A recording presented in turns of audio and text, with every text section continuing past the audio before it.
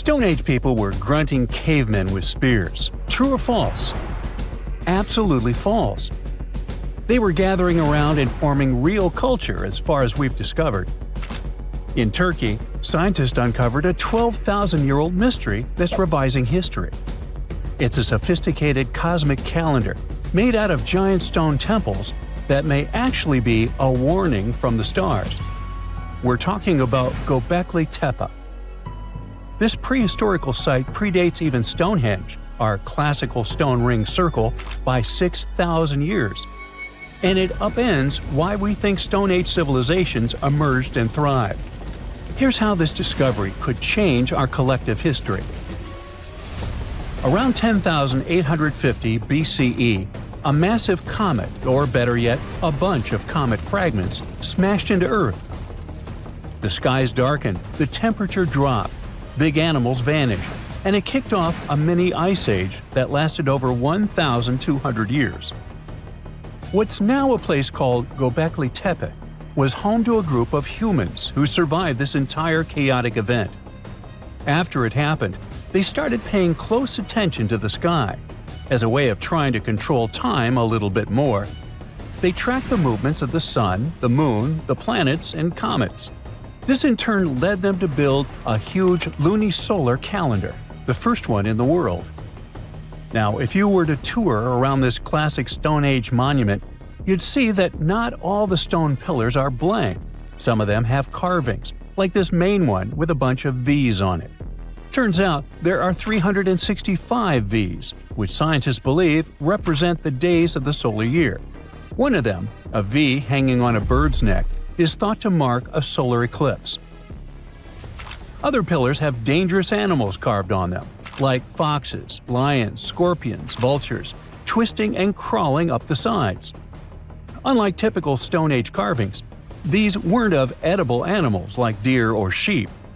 One of the theories is that these drawings were symbolic.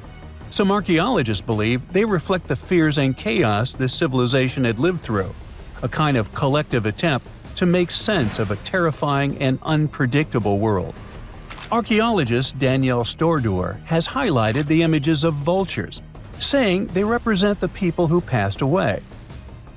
In some ancient cultures, vultures were believed to carry the souls of the deceased into another realm. She's seen similar symbols in ancient sites nearby. To understand why this all makes sense, we need to dig deeper into the real purpose of this site. Göbekli Tepe was discovered in 1994 by German archaeologist Klaus Schmidt, who realized that the hill in southeastern Turkey wasn't just another Neolithic mound. Underneath it, his team uncovered massive stone circles supported by pillars weighing up to 20 tons. Radiocarbon dating puts the site at around 12,000 years old, making it the oldest known ceremonial structure ever built. I mean, it predates the Egyptian pyramids by over 7,000 years. This discovery shocked the archaeological world. At the end of the Ice Age, humans were supposed to be nomadic, surviving off wild plants and animals, not building sacred complexes with symbolic art, and giving birth to what we now classify as civilization. We usually think civilization starts with farming, then villages, then crops. But this site suggests something more surprising. Early humans may have come together not to grow food, but to worship. Schmidt found no signs of homes, hearths, or permanent settlement, just stuff used for rituals and gatherings. This has led researchers to believe that spirituality and communal rituals came first and that farming followed. Because to build something this massive, you'd need hundreds of people working together, which in turn would have sparked the need for food, organization, and social structure. In other words, the temple came first, then the village, then the farm. Now, Göbekli Tepe isn't just stirring debate because it's old. It's because it seems too advanced for its time, and that's where the more controversial theories start to emerge. Some researchers believe the builders of Göbekli Tepe weren't simply primitive hunter-gatherers experimenting with stone tools. They may have been the inheritors of ancient knowledge, remnants of a much older civilization that existed before the end of the last ice age. This idea ties into the Younger Dryas impact hypothesis, a theory that a comet struck Earth around 10,850 years ago, triggering a sudden and catastrophic climate shift. According to this view, the survivors of that event passed down their knowledge through symbolism, architecture, and oral tradition. And Göbekli Tepe could be one of the earliest attempts to preserve that memory. Now, if that's true, then the carvings at this site, especially the animal symbols on the pillars, aren't just decorative. They could be astronomical codes, tracking constellations and celestial events. But one pillar might hold the biggest secret of all. It's called the Vulture Stone, and it's freaking archaeologists out. On it, you'll find a strange combination of figures: a headless man, birds, and a scorpion. To the untrained eye, it might seem random, but some researchers believe these are ancient representations of constellations, like Scorpius among them, and that the headless man symbolizes a mass extinction event. Some even argue that this is the oldest known record of a comet impact, the one that triggered the Younger Dryas. And if you're wondering who this older lost civilization might have been, they are called Atlantis, or more neutrally, Civilization X. Theorists like Graham Hancock suggest that this advanced culture, destroyed in the chaos of the comet impact, passed fragments of its knowledge to survivors around the globe. In that case, Göbekli Tepe wasn't the start of civilization, it was the restart. Now, back to the stones. Pillar 43 may look like a celestial calendar at first, but when archaeologists recreated the sky patterns encoded in its carvings, they found a precise snapshot of the sky dating back over 13,000 years. It appears to show a meteor shower, a flood, and humanity's tragic end, aka the Headless Man. A snake rising from the ground might even symbolize tidal waves or destruction coming from below. But the story doesn't end there. Pillar seems to expand on the same disaster, the one they called the Terror of the Sky. You might see animals fleeing, waves, fire raining down. It paints a vivid picture of the meteor shower. But wait! While Pillars 43 and 56 may encode memories of a past catastrophe, Pillar 18 might be a forecast. That stone zooms in on the Aquarius constellation.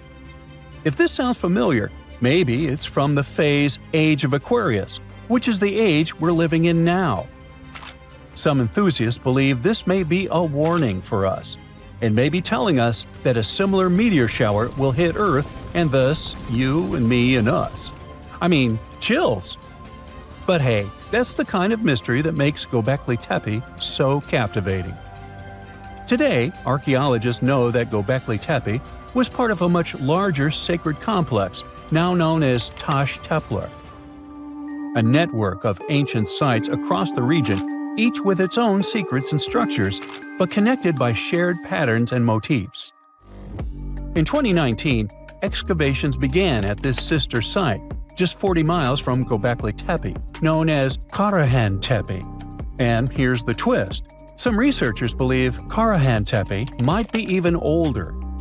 Unlike Göbekli Tepe, which appears to have been primarily ceremonial, Karahan Tepe has signs of domestic structures like walls, tools, and perhaps even homes.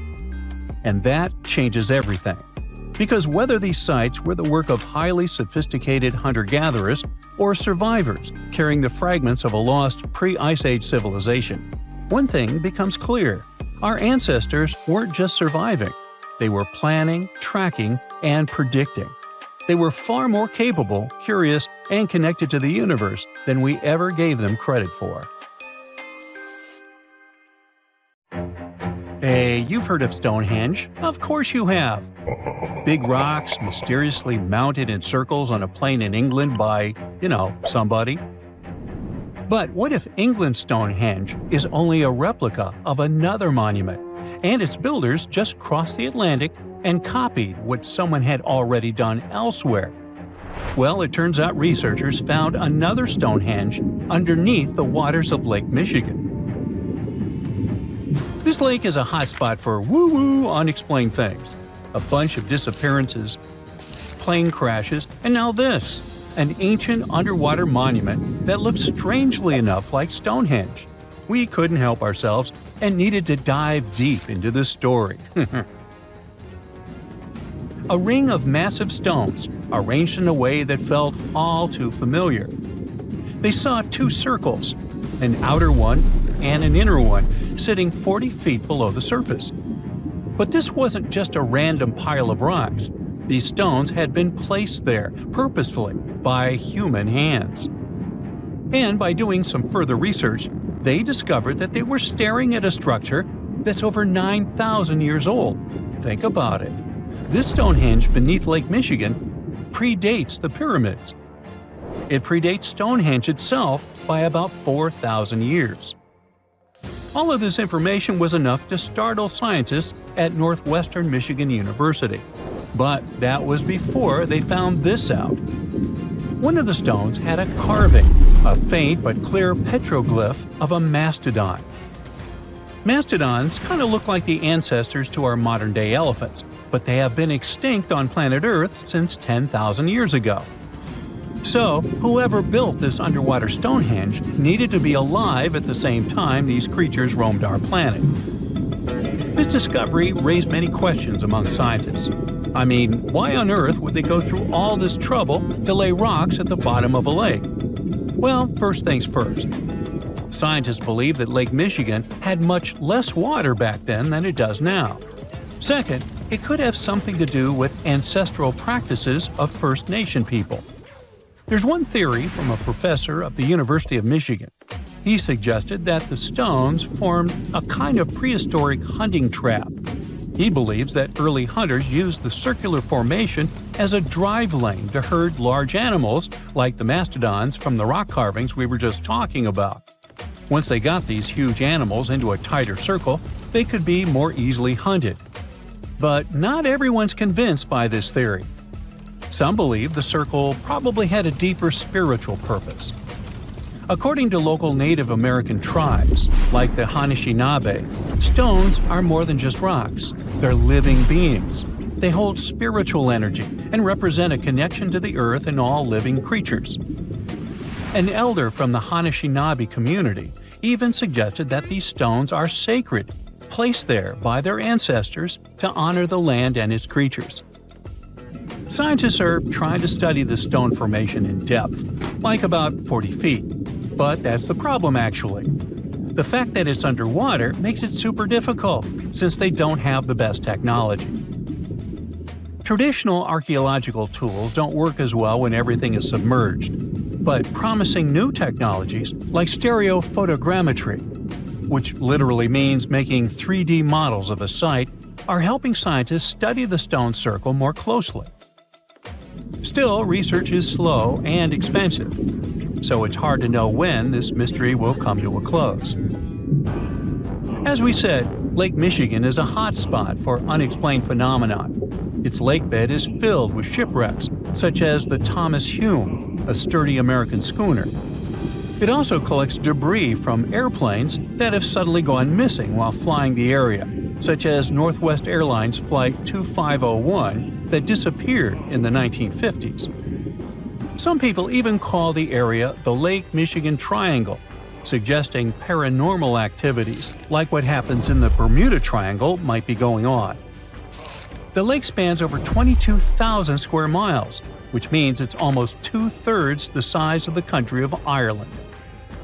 In 2024, scientists were able to access another one of Lake Michigan's mysteries, the wreck of the Margaret A. Muir schooner.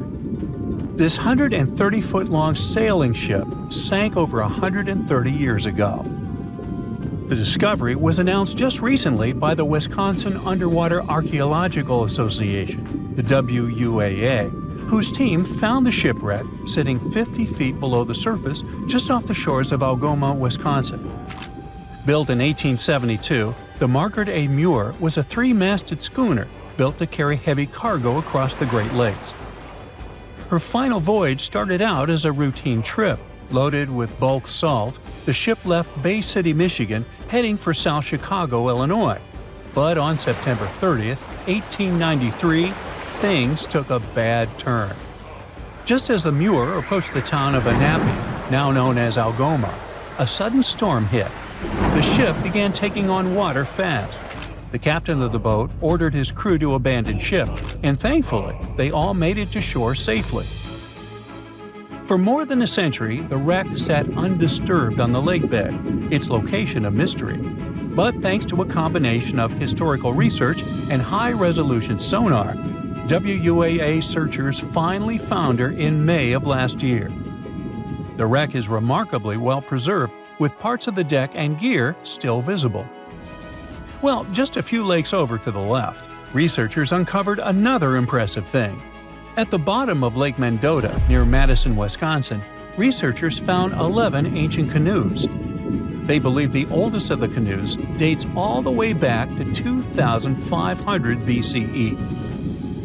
Now, if you don't get why that's important, it's because you're thinking with today's head. If in a classic Midwest highway you see a bunch of pickups, then back in the ancient days you see only canoes. They were the main mode of transportation for indigenous cultures. They were used to fish in deep waters, trade goods, and travel long distances. The reason why scientists were so excited with this discovery is because they had never found any proof of what canoes were being used for in this region back then. And to understand the local cultures that inhabited the area during this time period, they needed to have some information on that. This exciting discovery was announced by the Wisconsin Historical Society in May 2024. The first canoe, which they believe is around 1,200 years old, was pulled from the lake in 2021. Then a second one was dug up in 2022. And now divers have found at least 11 more canoes along what would have been an ancient shoreline, long since submerged. One theory is that these canoes were intentionally sunk to keep them from freezing or warping in winter. It's possible people stored them in the same spot for generations. Or maybe this is just a small part of a much bigger settlement. Historians do believe there could be an ancient village hidden under the water of the lake.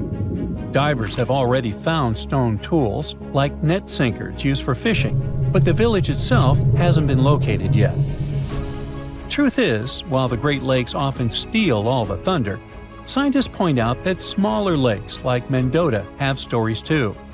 The Wisconsin Historical Society is working closely with Native nations to piece together more about the lake's history. You'll need to believe me when I say there is a third Stonehenge, all the way under the waters of Lake Constance, Switzerland. I mean, think of it like Stonehenge's cousin. Archaeologists began to discover this back in 2015, when they found a line of 170 man-made stone cairns under the lake. Scientists say this was most likely the work of several villages, and that the cairn site was probably used for some collective purpose because, well, the formations are huge. Some of them are several dozen feet wide, and they can build up to 6 feet. The most amazing discovery so far is that the site dates back to around 5,500 years ago.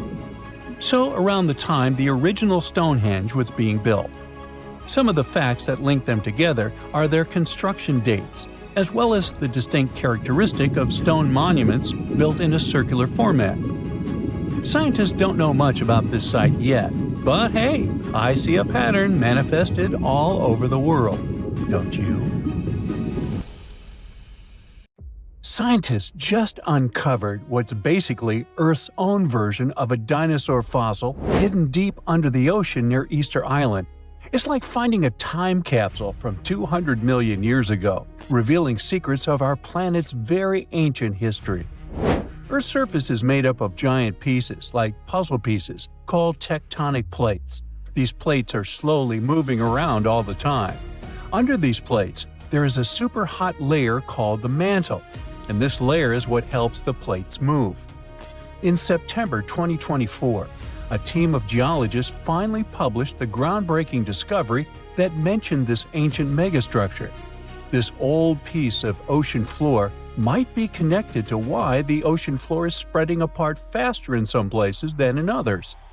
To figure this out, Scientists use sound waves, known as sonars, to create a sort of map of what's happening deep underground. What they found was weird. There's a blob of stuff under the Nazca Plate, a plate near South America, that's moving much slower than it should be. Now, normally, when plates move, some of the material sinks into the earth like a conveyor belt. But in this case, it's going slower than expected, like it's getting stuck on something. That something could be an ancient part of the ocean floor that got pushed down into the earth about 250 million years ago. This discovery is like finding a fossil deep inside the earth that shows us what things were like a really long time ago. When the ocean floor spreads apart, it's because two tectonic plates are moving away from each other. In the middle of the ocean, there's a long crack or ridge when this happens, kind of like a seam in the earth. As the plates pull apart, hot melted rock called magma from deep inside the earth bubbles up through this crack. When the magma hits the cold ocean water, it cools down and hardens, creating a new crust. This process keeps pushing the plates further apart. This process is also known as the Earth's mantle's recycling system. It's like the Earth keeps generating its own mantle constantly. On the surface, this process can cause earthquakes, underwater volcanic eruptions, and the formation of new land, sometimes even creating volcanic islands over millions of years. The cracks where this spreading happens are called ocean ridges, and one of the most famous ridges is the one we're talking about now, the East Pacific Rise. It's famous because it's spreading faster than most ones. This new discovery helps to explain why this may be so. You see, this huge megastructure sort of serves as a time capsule. Since the Earth's mantle is constantly changing and being created, finding a fossilized version of it is making scientists go bananas. It shows us what Earth looked like millions of years ago, back when the continents were in different places and our buddies dinosaurs roamed the planet. This ancient chunk of ocean floor also helps us understand how tectonic plates have moved through history. Although we usually hear and talk about Pangaea, the first supercontinent to exist on Earth was actually called Valbara. The shifting and moving of these tectonic plates are actually what gave rise to the continents we know and live in today. This huge fossil can also help to improve our knowledge of the so-called Earth's mantle's recycling system.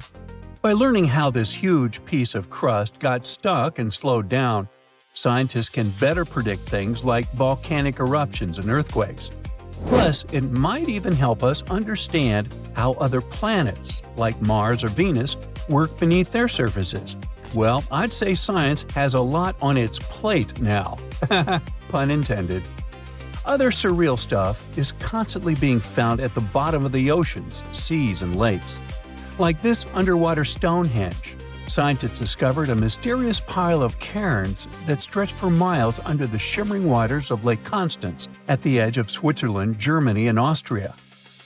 Archaeologists began to discover this back in 2015, and they haven't been able to understand what the site was actually used for. What they know until now is that there is a 12-mile line of 170 man-made stone cairns submerged under Lake Constance.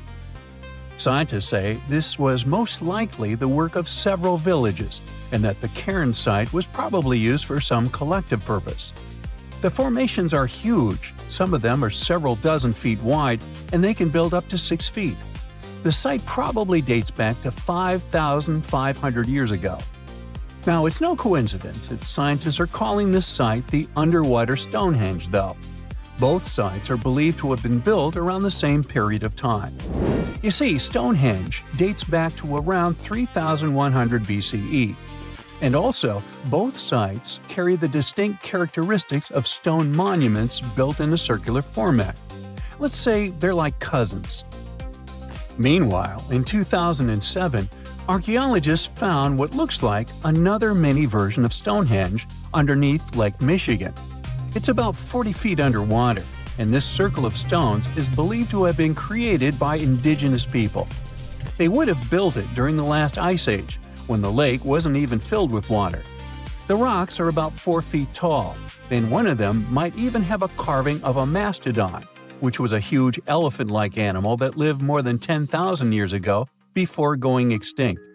If the carving is real, it could help scientists figure out just how old this site really is. What makes this even more mysterious is that nobody knows why the rocks were arranged in this way. But since a similar stone structure was found on Beaver Island nearby, experts think it's no accident. They were definitely placed there on purpose. The stones form 2 rings. The outer one is about 40 feet wide, and the inner one is about 20 feet wide. All the rocks are made from local granite, and they've been down there for around 9,000 years, which makes this one of the oldest structures in North America. To give you an idea of how ancient that is, these stones were set up long before the famous Stonehenge in England, which wouldn't be built for another 4,000 years. Now, all the way over in Japan, this mysterious structure was unearthed. At first, it looks like an underwater Machu Picchu. The site is filled with a huge pyramid-shaped structure, arches, staircases. It's something that could have easily been a palace or a castle. Behold, the Yonaguni Monument. It also goes by the name of Japan's Atlantis. The entire monument is about the size of 5 football fields and the height of a 5-story building. Its most surprising structure is its expansive terraces that host large crowd gatherings. Explorers and scientists believe that Yonaguni dates back to 10,000 years ago. But whether it is a human-made structure or a natural formation is still under debate. For Japan's top marine geologist, Yonaguni is the heritage of a lost civilization. This guy has dived into exploring the ruins over 100 times over the past 10 years. According to him, there are clear signs of human activity down there. The triangle pool, located on the monument's surface, is a triangle-shaped concave that is a historical symbol of water fountains in the region. There's also a giant turtle carved on the eastern side of the structure, which has an important cultural meaning. Several pieces of stone tools have been recovered from the site. Their estimated age dates back to 10,000 years ago. However, not all scientists are convinced of this explanation. For many, Yonaguni is the result of thousands of years of erosion. The fact that the monument is composed of one massive rock leads them to believe it is not human-made. The defined edges and flat surfaces resemble a natural formation occurrence in Northern Ireland known as Giant's Causeway. A series of interlocking basalt columns look like the ruins of a palace, but they were the result of volcanic activity in the region.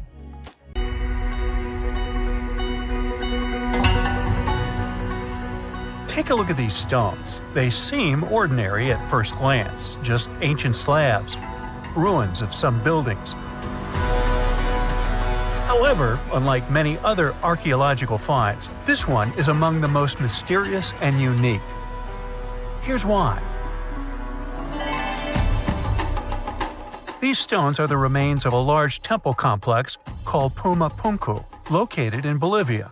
Scientists aren't certain, but it's likely that Puma Punku was built by the Tiahuanaco Empire, which existed between 300 and 1000 CE, before the Inca Empire.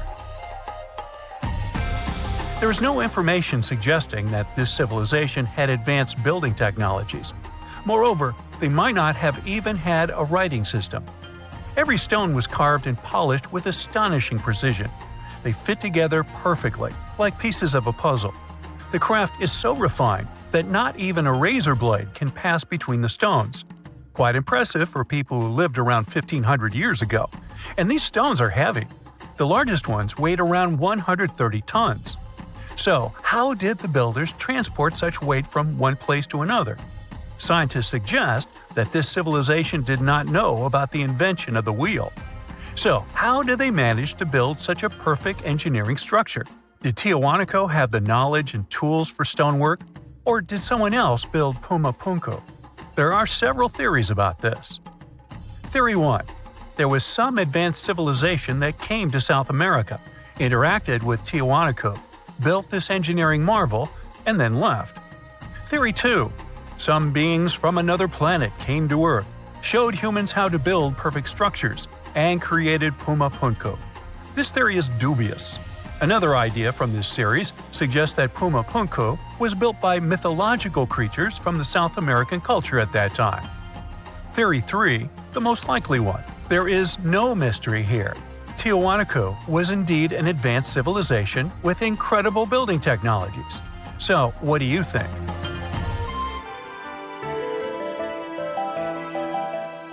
Okay, we've seen some pretty rectangular stones used for building a temple. How about perfectly round stones for studying the starry sky? Or for some other purpose, it doesn't matter. So, welcome to Costa Rica. In the south of this country lies the so-called decaspheres. These are large, heavy, round stones created in the pre-Columbian era, around 600 CE. Now, each stone is made from a unique type of rock formed from cooled magma. In other words, someone waited for a volcanic eruption to end and for all the magma to cool, and then took all this material and carved these spheres from it. But how did they achieve such a perfect shape? Scientists suggest that people use small stones to grind and carve the cooled magma. Some specialists think that the stones were made for navigation. They could have indicated the way to certain places. Another theory claims that the deca squares were used for astronomy. No one knows for sure. We may never get the answer to this question because the people who knew the secret of the stones disappeared after the Spanish expansion.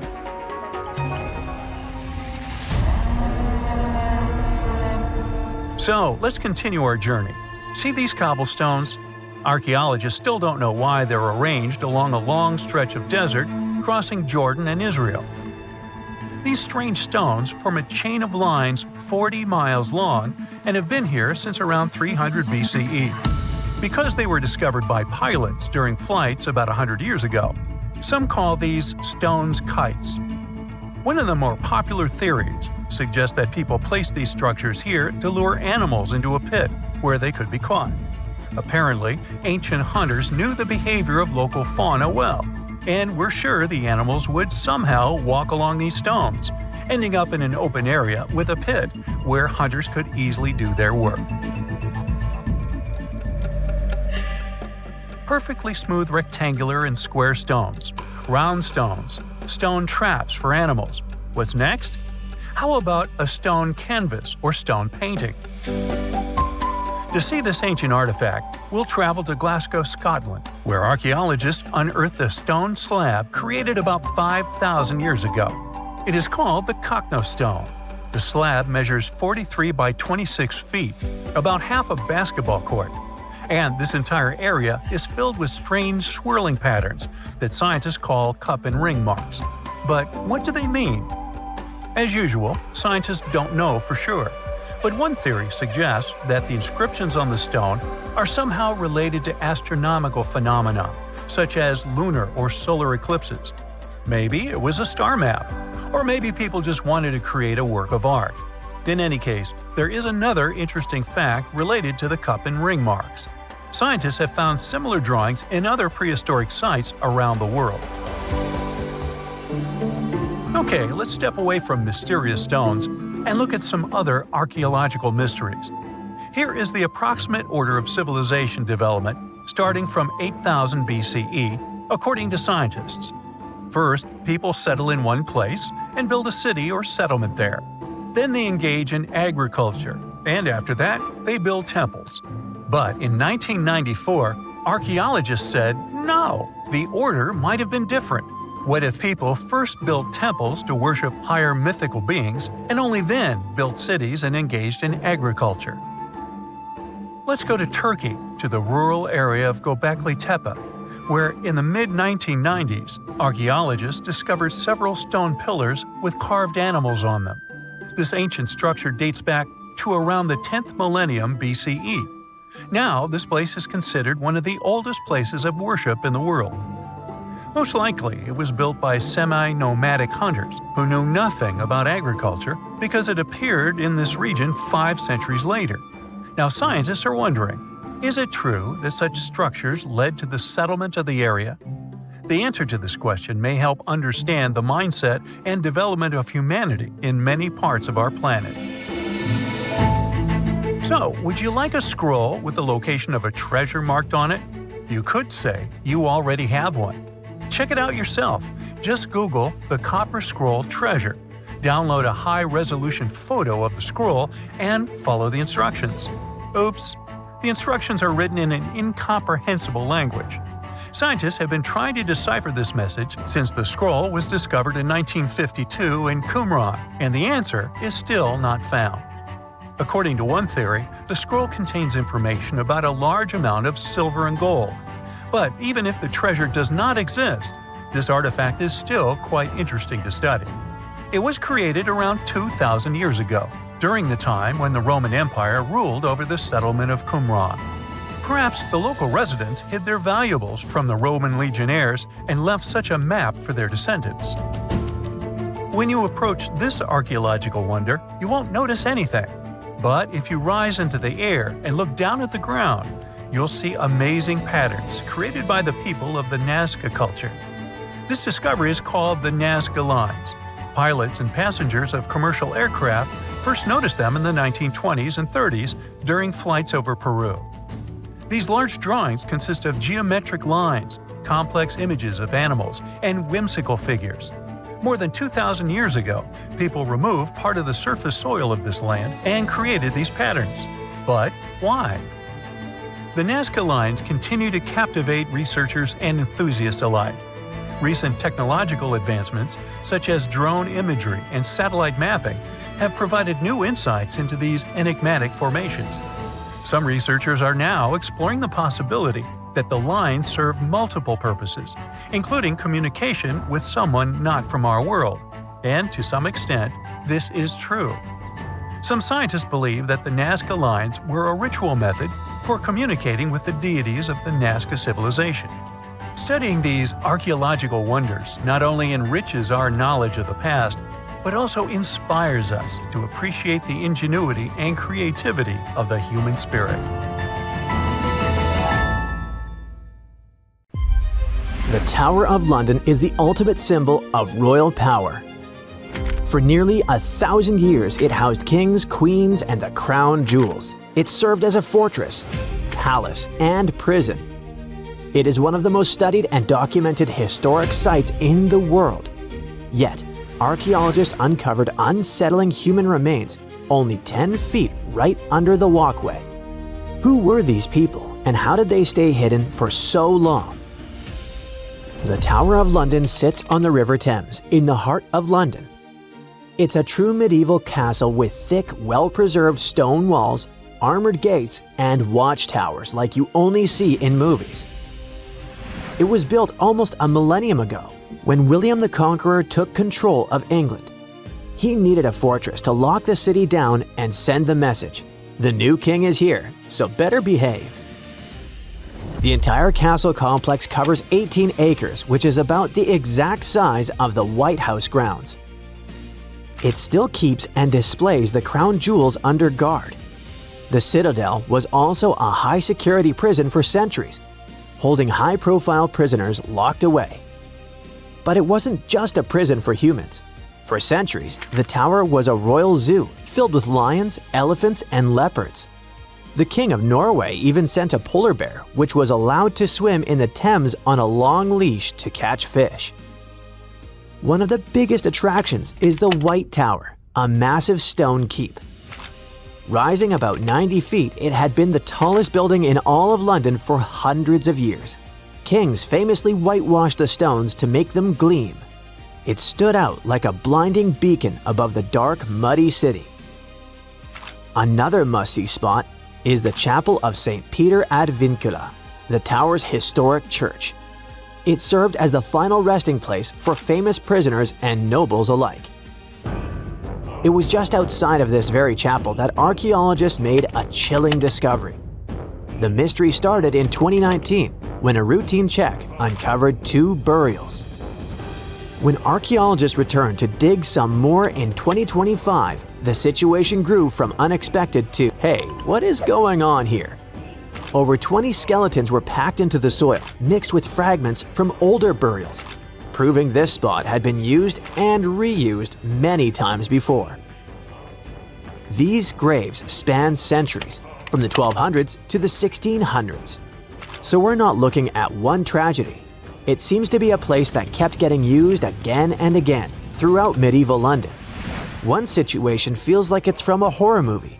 A cluster of at least 6 people from the 1300s that looks unusually messy compared to the others. The timing lines up with the era of the Black Death in London, so this group could be plague-related. But researchers are careful with conclusions for now. On the other hand, some graves look the opposite of rushed. They look expensive. Several people were buried in coffins. In one case, the wood had rotted away completely, leaving behind a perfect shadow of a coffin stamped into the clay. The report says this coffin shadow likely held a juvenile buried in the 1200s. Then there's the chapel itself that might give us some clues. The current building is basically the newest version on this same spot. It's possible that there were 3 or 4 earlier chapels here, and the dig even exposed lost walls and an old floor surface deep down. But what else can we learn about these people? Here's where science can help. Researchers look at teeth. Your adult teeth form when you're a kid, and they lock in chemical traces from the water you drink and the food you ate.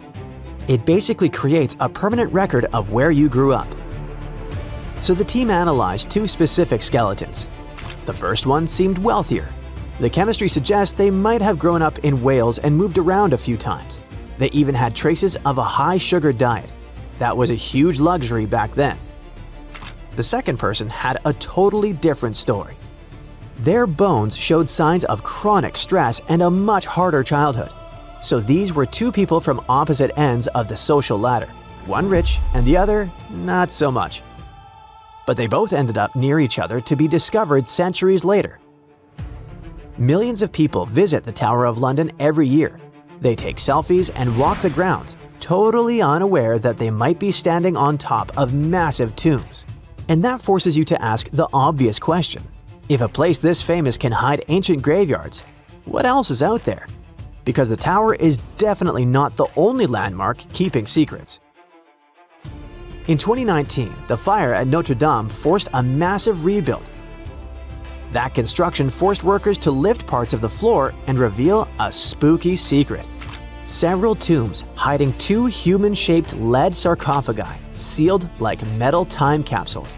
And inside, there were details that shouldn't survive: fabric, hair, and even leaves that were left on the head.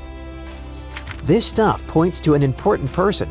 It sounds unbelievable, but they managed to identify the person as Antoine de la Porte, a church official who passed away in 1710.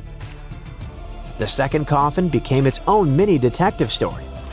Scientists nicknamed the man inside the Horseman because his bones showed signs of riding for years. Some new analysis suggests that he could have been Joachim du Bellay, a well-known poet from the 1500s. So, we have secret graves in London and Paris. That part almost makes sense. These are old, crowded cities where people have lived for centuries. But there's one place on Earth where history wasn't supposed to happen at all. Antarctica. Yes, almost literally the edge of the world with nothing human anywhere nearby for hundreds of miles.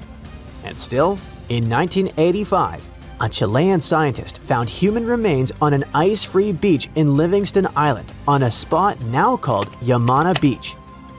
A human skull in Antarctica sounds impossible, but the dates make it worse. When the remains were studied, the person appeared to be a young woman around 21, likely from the southern Chilean channels.